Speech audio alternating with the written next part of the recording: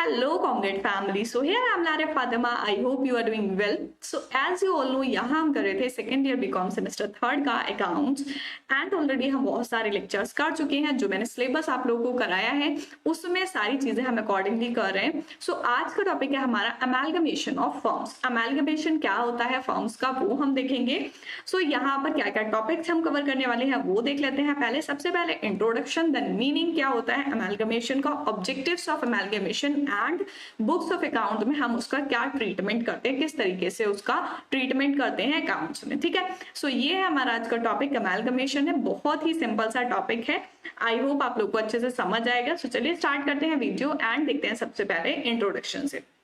सो amalgamation क्या होता है? अमेलगमेशन मीन्स मर्जर और combination of to or more existing firms. यहाँ पर क्या बोला है कि अमेलगमेशन क्या है? मर्जर, मिलना या फिर कॉम्बिनेशन, दो या दो से ज्यादा फर्म्स जब एक साथ मिल जाती हैं उसको हम बोलते हैं अमेलगमेशन।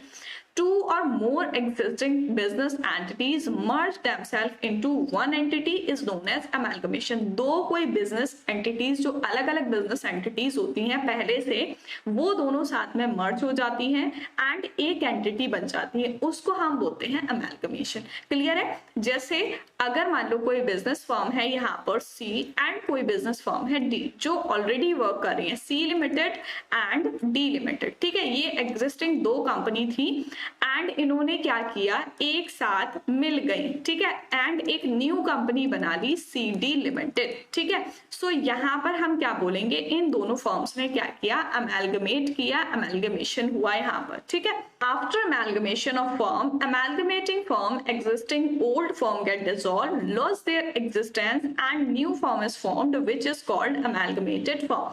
यहाँ पर क्या बोला है कि अमेलगमेशन के बाद क्या होता है, अमेलगमेशन के बाद जो फर्म्स होती हैं, जो एग्जिस्टिंग फर्म्स हैं, पहले से जो फर्म थी, एग्जिस्टिंग मतलब C limited and D limited. ठीक है, सो ये एग्जिस्टिंग फर्म थी, ये डिसॉल्व हुई तो इन्होंने अपनी एग्जिस्टेंस खो दी। अब C लिमिटेड नाम की कोई कंपनी नहीं है, ना ही कोई D लिमिटेड नाम की कंपनी है। ठीक है, सो वो अपनी एग्जिस्टेंस लूज कर देती हैं एंड एक न्यू फर्म बनाती हैं, एक नई फर्म बनाती हैं जो कहलाती है अमेलगमेटेड फर्म यानी कि CD लिमिटेड। ठीक है, CD लिमिटेड यहाँ पर क्या है, अमेलगमेटेड फर्म है एंड C और D लिमिटेड जो है वो एग्जिस्टिंग फर्म है। क्लियर है? अमेलगमेशन क्या होता है, जहां पर दो या दो से ज्यादा फर्म्स जो होती है वो आपस में मिलके एक नई फर्म बनाती है। ठीक है, उसको हम बोलते हैं अमेलगमेशन। देन हम देख लेते हैं meaning. A partnership firm is formed with two or more person। Partnership पढ़ी होगी एंड पार्टनरशिप के नाम से ही हमें समझ में आता है कि पार्टनर्स का मतलब क्या हुआ, पार्टनरशिप का मतलब क्या हुआ, जहां पर दो या दो से ज्यादा लोग पार्टनर्स आपस में मिलके फर्म बनाते हैं एंड काम करते हैं प्रॉफिट या लॉसेस को डिस्ट्रीब्यूट करने के लिए। ठीक है, but it can also be formed in any of the following veg. यहाँ पर क्या बोला है, बट ये और कई सारे तरीकों से भी बन सकती है। जैसे यहाँ पर फर्स्ट पॉइंट हमें गिवन है, when two or more sole proprietor form new partnership firm. Sole proprietors क्या होते हैं पता है? जैसे कोई भी सिंपल शॉपकीपर है, वो क्या करते हैं, सोल का मतलब सिंगल, ठीक है, एंड प्रोप्राइटर का मतलब ओनर। ठीक है, उसको कोई भी सिंगल ओनर है, दो सिंगल ओनर हैं, वो आपस में मिलकर एक नई पार्टनरशिप फर्म बनाते हैं। ठीक है, जैसे हम एग्जांपल लेते हैं, यहाँ पर एक मिस्टर ए थे, वो अपनी एक दुकान चलाते थे शूज की। ठीक है, एंड एक मिस्टर बी थे, वो भी अपनी एक शूज की दुकान चलाते थे। ठीक है, सो ये दोनों अपना सारा काम खुद से करते थे, सो सोल प्रोप्राइटर हो गए। अब इन्होंने क्या किया, आपस में पार्टनरशिप कर ली, पार्टनर्स बन गए, मिलके बिजनेस करने लगे। ठीक है, एंड देन बी है, when one existing partnership firm absorb a sole proprietorship. यहाँ पर क्या बोला है कि कोई भी एक एग्जिस्टिंग पार्टनरशिप फर्म है, वो क्या करती है, सोल प्रोप्राइटरशिप को एब्जॉर्ब कर लेती है। एब्जॉर्ब का मतलब, अब देखो यहाँ पर हमने सोल प्रोप्राइटरशिप की बात की जो सिंगल ओनर होते हैं। पार्टनरशिप की क्या होती है, पार्टनरशिप जब दो से या ज्यादा पार्टनर्स मिलके एक बिजनेस फर्म बनाते हैं। सो मान लो एक बिजनेस फर्म है एन लिमिटेड। ठीक है, एक बिजनेस फर्म है एन लिमिटेड एंड इसमें 3 पार्टनर्स ऑलरेडी हैं। सो इन्होंने क्या किया, ए जो शूज के सोल प्रोप्राइटर थे, ओनर थे, सो उसको एब्जॉर्ब कर लिया एंड अपनी फर्म में ऐड कर लिया। ठीक है। देन सी है when one existing partnership firm absorb another partnership firm, दो पार्टनरशिप फर्म, ठीक है, दोनों में डिफरेंस समझो। अब क्या है, यहाँ पर एन लिमिटेड एक फर्म थी, उसने क्या करा, एस लिमिटेड को, यहाँ पर एस लिमिटेड है उसको ऐड कर लिया, एब्जॉर्ब कर लिया, ठीक है, एंड एक बिजनेस बनाने लगे, ठीक है। सो यहाँ पर क्या हुआ, एग्जिस्टिंग पार्टनरशिप है एंड एक दूसरी पार्टनरशिप फर्म है, दोनों ऐड हो गए, अमेलगमेट हो गए एंड पार्टनरशिप फर्म बना ली, ठीक है। देन नेक्स्ट है when two or more existing partnership firm form new partnership firm. So यहाँ पर क्या बोला है कि दो या दो से ज्यादा एग्जिस्टिंग पार्टनरशिप फर्म जो होती हैं, जैसे यहाँ पर हमने एग्जांपल लिया दो का, ठीक है। अब दो या दो से ज्यादा भी हो सकती है पार्टनरशिप फर्म जो मिलके एक नई फर्म बनाती है, उसको भी हम अमेलगमेशन बोलते हैं, ठीक है। क्लियर है, चारों केसेस में क्या बोला है। Then the ICAI has issued accounting standard 14। ICAI की फुल फॉर्म मुझे कमेंट में लिख के बताओ कि क्या फुल फॉर्म होती है। Accounting for amalgamation, it is mandatory in nature. क्या बोला है, अकाउंटिंग स्टैंडर्ड 14 जो है वो हमारा रिलेटेड है अकाउंटिंग फॉर अमेलगमेशन से, ठीक है, एंड ये मैंडेटरी है, ठीक। The standard classify the amalgamation into two categories, namely देखो जो हमारा अकाउंटिंग स्टैंडर्ड 14 है उसमें क्या बोला है कि ये स्टैंडर्ड क्लासिफाई करता है अमेलगमेशन को दो कैटेगरीज में। अब वो दो कैटेगरीज कौन कौन सी है, फर्स्ट है हमारी amalgamation in nature of merger and second है amalgamation in nature of purchase, ठीक है। सो जो आपके सिलेबस में है वो है नेचर ऑफ परचेज, ठीक है। मर्जर जो है वो आपके सिलेबस में नहीं है। Amalgamation include absorption, acquisition. Amalgamation में क्या चीजें आ जाती है, एब्जॉर्प्शन भी आ जाती है, एक्विजिशन भी आ जाता है। सो अमेलगमेशन की मैंने ऑलरेडी वीडियोस भी बना रखी है, सो उसमें आप एब्जॉर्प्शन, अमेलगमेशन, एक्विजिशन सब का डिफरेंस अलग अलग देख सकते हैं, ठीक है। Two methods of accounting for amalgamation as per accounting standard 14। accounting standard 14 के अकॉर्डिंग amalgamation की किस तरीके से हम अकाउंटिंग करेंगे, क्या क्या मेथड्स यूज होते हैं, वो मेथड है हमारा, फर्स्ट है pooling of interest method and second है परचेज मेथड, ठीक है। देन नेक्स्ट पॉइंट है हमारा ऑब्जेक्टिव्स ऑफ अमेलगमेशन। अमेलगमेशन के ऑब्जेक्टिव्स क्या होते हैं, क्यों बनाते हैं अमेलगमेशन, क्यों करते हैं, दो या दो से ज्यादा फर्म जो होती हैं वो आपस में क्यों मिलती हैं, किस लिए, क्या ऑब्जेक्टिव होता है। फर्स्ट है to enlarge the size of the firm, firm का साइज इंक्रीज करने के लिए, ठीक है, एंड टू रिड्यूस ओवरहेड और एक्सपेंसेस, जो अलग अलग एक्सपेंस हो रहे थे दोनों फर्म्स में उनको कम करने के लिए। To avoid cut throat competition among firm carrying on similar complementary business. जैसे अभी हमने एग्जांपल लिया था यहाँ पर कि ए है एक एंड बी है, सोल प्रोप्राइटर्स है, दोनों का शूज का बिजनेस है, ठीक है, दोनों शूज की शॉप चलाते हैं। सो यहाँ पर क्या है, ए और बी जो है वो एक दूसरे के कॉम्पिटिटर हो जाएंगे, ठीक है।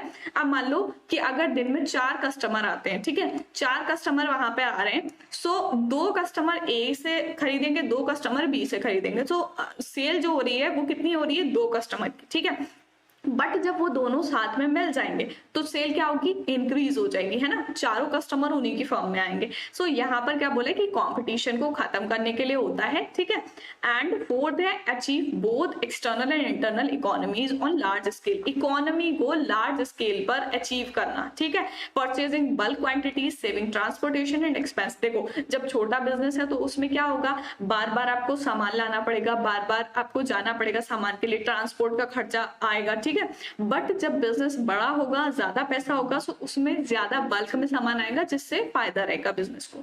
देन नेक्स्ट है to increase productivity and profitability of the firm, firm की प्रोडक्टिविटी को एंड प्रॉफिटेबिलिटी को इंक्रीज करते, कैसे करके इंक्रीज करते, देखो जब मटेरियल जो होगा, रॉ मटेरियल जो होगा या जो भी प्रोडक्ट है वो बल्क में आएगा, सो उससे प्रोडक्टिविटी इंक्रीज होगी, और जब प्रोडक्टिविटी इंक्रीज होगी तो प्रॉफिट भी होगा फर्म में। एंड देन लास्ट है to expand business operations by having more resources. यहाँ पर क्या बोला है कि बिजनेस को एक्सपैंड करना, ग्रो करना ज्यादा से ज्यादा रिसोर्सेज को यूज करके, ठीक है। जैसे ब्रॉडर कैपिटल बेस, अब देखो कोई ए था, यहाँ पर बोला है शूज की शॉप चलाता है एंड बी है, ठीक है। अब मान लो कि ए ने जो है 4 लाख लगा के बिजनेस स्टार्ट किया एंड बी ने जो है वो 10 लाख लगा के बिजनेस स्टार्ट किया, ठीक। अब इसके बिजनेस में 4 लाख लगा हुआ है, इसका 10 लाख लगा हुआ है। अब अगर दोनों मिल जाते हैं सो कितने का बिजनेस हो जाएगा, 14 लाख का, ठीक है। 14 लाख का बिजनेस हो गया, सो यहाँ पर कैपिटल क्या हुई, बहुत ज्यादा हो गई। सो उससे क्या होगा, जो भी रिसोर्सेज है उनको अच्छे से यूज करके बिजनेस को और ज्यादा एक्सपैंड कर पाएंगे। मोर मैन पावर, और ज्यादा से ज्यादा मैन पावर पावर को यूज कर सकते हैं। देन नेक्स्ट पॉइंट है हमारा treatment in the books of account. Books of account में हम किस तरीके से ट्रीट करेंगे, एज अ स्टूडेंट आपको क्या चीजें रिक्वायर होंगी, कौन कौन से अकाउंट्स बनाने होंगे वो देखेंगे, ठीक है। असर्टेन परचेज कंसिडरेशन, सबसे पहले तो अमेलगमेशन में आपको परचेज कंसिडरेशन निकालना होगा। Close books of old firm, old firm की जो बुक्स मतलब जब फर्म बंद होती है तो उसमें क्या क्या अकाउंट्स बनते हैं वो बनाने हैं। Accounting entries in the books of new firm, नई फर्म में क्या क्या अकाउंटिंग एंट्रीज होंगी, जो परचेज कंसिडरेशन होगा उसकी रिकॉर्डिंग होगी, गुडविल का ट्रीटमेंट होगा, कैपिटल जो एडजस्ट की जाएगी अमेलगमेशन पे वो होगी, and then elimination of inter firm owing if any, अगर कोई इंटर फर्म ओइंग है देन उसको एलिमिनेट करना, हटा देना, ठीक है। एंड देन लास्ट है preparation of balance sheet of the new firm, then last में हम क्या करेंगे, नए फर्म की बैलेंस शीट बनाएंगे, ठीक है। सो ये हो जाएगा हमारा ट्रीटमेंट। देन नेक्स्ट पॉइंट हम देखेंगे कि परचेज कंसिडरेशन कैसे होता है, किस तरीके से हम कैलकुलेट करते हैं, ठीक है। परचेज कंसिडरेशन क्या है, purchase consideration is agreed amount to be paid by the purchasing firm to old firm, it can be calculated as follows. देखो परचेज कंसिडरेशन नाम से समझ आ रहा होगा आप लोगों को कि परचेज कंसिडरेशन यहाँ पर क्या है, एक एग्रीड अमाउंट होता है जो फर्म जो है वो पे करती है, पेड करती है जो भी परचेजिंग फर्म है वो ओल्ड फर्म को, ठीक है। परचेजिंग फर्म ओल्ड फर्म को पे करती है। जैसे मान लो यहाँ पर एक एसटी लिमिटेड कंपनी है, ठीक है, एसटी लिमिटेड कंपनी है, काफी बड़ी कंपनी है, एंड एक छोटी सी कंपनी थी ए लिमिटेड, ठीक है। ए लिमिटेड एक छोटी सी कंपनी थी। सो एसटी लिमिटेड ने क्या किया, इसको जो है इसके साथ अमेलगमेट कर दिया, परचेज कर लिया इस वाली फर्म को, ए लिमिटेड को, ठीक है। सो इसको क्या क्या परचेज कंसिडरेशन के तौर पर पे करेगी एसटी लिमिटेड, वो एग्रीड अमाउंट कहलाता है परचेज कंसिडरेशन, ठीक है। परचेज करने के लिए जो पेमेंट ए को की जाएगी वो परचेज कंसिडरेशन कहलाता है, ठीक है। अब ये कैलकुलेट हम किस तरीके से करेंगे, सो फर्स्ट मेथड है हमारा net asset method and second है लंप सम मेथड।